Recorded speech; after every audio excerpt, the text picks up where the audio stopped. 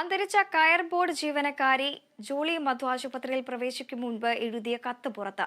തൊഴിലിടത്തിൽ മാനസിക പീഡനം നേരിടേണ്ടി വന്നതായി ജോളി കത്തിൽ വ്യക്തമാക്കുന്നു.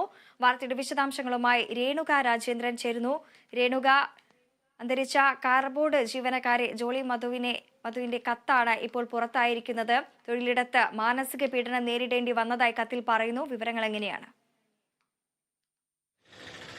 നിലവിൽ മനസ്സിലാക്കാൻ കഴിയുന്നത് മരണസമയത്തിലേക്ക് അടുക്കുന്ന സമയം പോലും ജോളി ആ കത്ത് എഴുതിക്കൊണ്ടിരിക്കുകയായിരുന്നു. നിലവിലെ സെക്രട്ടറിക്ക്, കയർ ബോർഡ് ഉദ്യോഗസ്ഥനായ നിലവിലെ സെക്രട്ടറിക്ക് അവസാന നിമിഷം പോലും ആശുപത്രിയിലെ കിടക്കയിൽ നിന്നും ജോളി എഴുതിയ കത്താണ് ഇപ്പോൾ പുറത്തു വന്നിരിക്കുന്നത്.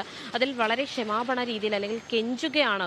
ജോളിയുടെ ഒരു അവസ്ഥ ജോളിയോടെ കൃത്യമായി വ്യക്തമാക്കുന്നുണ്ട്. എനിക്ക് ശാരീരികമായും മാനസികമായും ഞാൻ വളരെയധികം അവശതയിലാണ്, എന്നെ ഒന്ന് വെറുതെ വിടണം എന്നുള്ള രീതിയിലുള്ള ഒരു ക്ഷമ രീതിയിലും അല്ലെങ്കിൽ യാചിക്കുന്ന രീതിയിലേക്കുള്ള ഒരു കത്ത് തന്നെയാണ് ജോളിയുടെ ഉണ്ടായിരിക്കുന്നത്.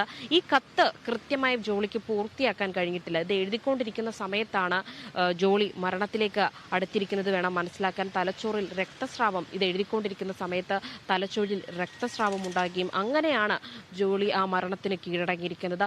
മരണസമയത്ത് പോലും ജോളി ആ സമയത്ത് ആ ജോലിക്കായി അല്ലെങ്കിൽ ആ ജോലി സ്ഥലത്തുണ്ടായ സമ്മർദ്ദത്തിനെതിരെ പോരാടിക്കൊണ്ടിരിക്കുന്ന ഒരു ധീര വനിത എന്ന് വേണം എടുത്തു പറയേണ്ടത്.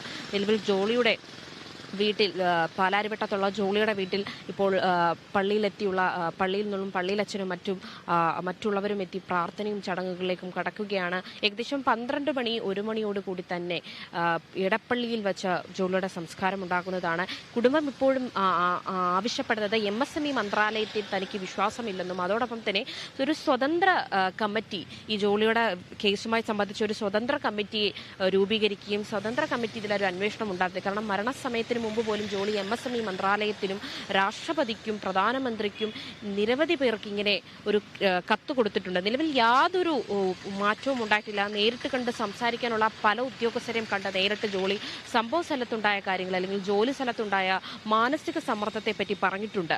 മരണക്കിടക്കയിൽ അല്ലെങ്കിൽ മരിച്ചതിന് ശേഷമാണ് MSME ഡിപ്പാർട്ട്മെന്റിന്റെ ഒരു കൂട്ടം മന്ത്രാലയം അല്ലെങ്കിൽ ഒരു കൂട്ടം 3-അംഗ സമിതി രൂപീകരിച്ച് ഈ ജോളിയുടെ കേസിൽ അന്വേഷണം ആരംഭിക്കുന്നത്. മരിക്കുന്നതിന് മുമ്പ് പോലും പലതവണ MSME മന്ത്രാലയത്തിലെത്തുകയും ജോളി ആ ഡിപ്പാർട്ട്മെന്റിലുള്ള ഓരോ ഉദ്യോഗസ്ഥരെ കണ്ട് സംസാരിക്കുകയും ഈ ജോലി സ്ഥലത്തുണ്ടാവുന്ന സമ്മർദ്ദത്തെപ്പറ്റി പറയുകയൊക്കെ ഉണ്ടായിട്ടുണ്ട്. ഒരു മനുഷ്യന്റെ മരണത്തിന് ശേഷം ഈ മന്ത്രാലയം രൂപീകരിച്ച കേസ് അന്വേഷിക്കേണ്ട ഒരു അവസ്ഥയിലേക്കാണ് പോയിരിക്കുന്നത്.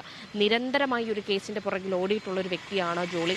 മരണസമയം ഈ കിടക്കയിൽ കിടന്നുകൊണ്ട് പോലും ഈ സെക്രട്ടറിക്ക് എഴുതിയ കത്താണ് ഇപ്പോൾ നിലവിൽ പുറത്തു വന്നിരിക്കുക. അപ്പം എന്തോരം വേദനകൾ ആ ഉള്ളിൽ ഉണ്ടായിരിക്കുമെന്നത് വേണം എടുത്തു പറയേണ്ടത്.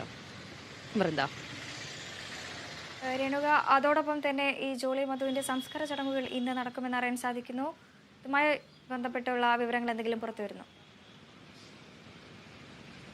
നിലവിൽ ഇപ്പോൾ 1 മണിയോടുകൂടി തന്നെ ഇടപ്പള്ളി സെന്റ് മേരീസ് ഫൊറാനോ പള്ളിയിൽ വെച്ച സംസ്കാര ചടങ്ങുകൾ ഉണ്ടാകുമെന്നാണ് കരുതാൻ കഴിയുന്നത്. നിലവിൽ ഇപ്പോൾ മൃതദേഹം വീട്ടിലാണുള്ളത്. വീട്ടിൽ ബന്ധുക്കളും പള്ളിയിലുള്ളവരും എത്തി പ്രാർത്ഥനയും മറ്റു ചടങ്ങുകളിലേക്ക് കടന്നിട്ടുണ്ട്. നിലവിൽ ലഭിക്കാൻ കഴിയുന്ന വിവരങ്ങൾ അത് തന്നെയാണ്. ഏകദേശം ഒരു 1 മണിയോടുകൂടി തന്നെ പള്ളിയിൽ സംസ്കാര ചടങ്ങുകൾ ഉണ്ടാകുന്നുണ്ട്. അതോടൊപ്പം തന്നെ ഉച്ചയ്ക്ക് 12 മണിയോടുകൂടി തന്നെ ഒരു പ്രതിഷേധം, കയർ ബോർഡ് ഓഫീസിലേക്ക് ഒരു പ്രതിഷേധം ഉണ്ടാക്കും. ഇന്നലെയും യൂത്ത് കോൺഗ്രസിന്റെ നേതൃത്വത്തിൽ ഒരു പ്രതിഷേധം അവിടെ ഉണ്ടായിട്ടുണ്ട്. അപ്പം ഇന്നും 12 മണിയോടുകൂടി തന്നെ ഈ മൃതദേഹം പള്ളിയിലേക്ക് എത്തിക്കുന്നതിന് മുമ്പ് തന്നെ അവിടെ ഒരു പ്രതിഷേധം ഉണ്ടാകുന്നുണ്ട്. വൃന്ദ.